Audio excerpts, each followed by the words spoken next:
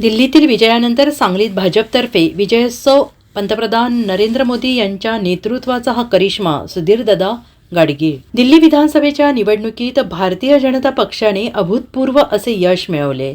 गेली 10 वर्ष सत्तेवर असलेल्या आम आदमी पक्षाचा पराभव झालाय. या विजयानंतर सांगलीत आमदार सुधीरदादा गाडगीळ यांच्या नेतृत्वाखाली विश्रामबाग येथे भाजप कार्यालयासमोर मोठ्या उत्साहात विजयोत्सव साजरा करण्यात आला. फटाक्यांची जोरदार आतषबाजी झाली.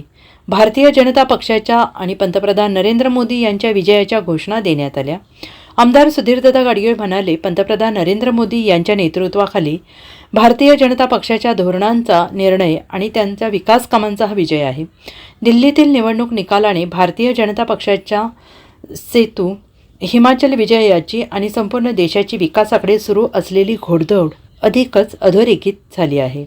दिल्ली विधानसभेच्या निवडणुकांचे कल लक्षात येऊ लागतात कार्यकर्त्यांची भाजप कार्यालयासमोर गर्दी जमली होती. सर्वजण प्रचंड उत्साहात होते. जिल्ह्याचे पक्षाचे जिल्हा कार्याध्यक्ष दीपक बाबा शिंदे यांच्यासह पक्षाचे अनेक पदाधिकारी, कार्यकर्ते यावेळी उपस्थित होते. दरम्यान सांगली शहरासह जिल्ह्यातही भारतीय जनता पक्षाच्या विजयाचा उत्सव मोठ्या उत्साहात साजरा करण्यात आला. आज सकाळपासून दिल्लीचा निकाल आपण सर्वजण बघतो आहोत. 27 वर्षानंतर दिल्लीमध्ये भारतीय जनता पार्टीला पूर्ण बहुमतानं सत्ता मिळालेली आहे. यापुढं दिल्लीमध्ये डबल इंजिन सरकार आहे आणि या प्रमाणात दिल्लीची यापुढं प्रगती करत जाईल भारतीय जनता पार्टी, एवढी आम्हाला खात्री आहे.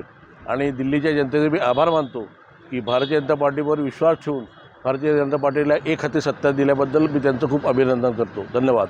आज आम्ही सर्व कार्यकर्त्यांनी मोठा जल्लोष केला, फटाके फोडले आणि मोदीजींचा आणि भारतीय जनता पार्टीचा जय जयकार केला. Bureau report SBN Marathi, Sangli.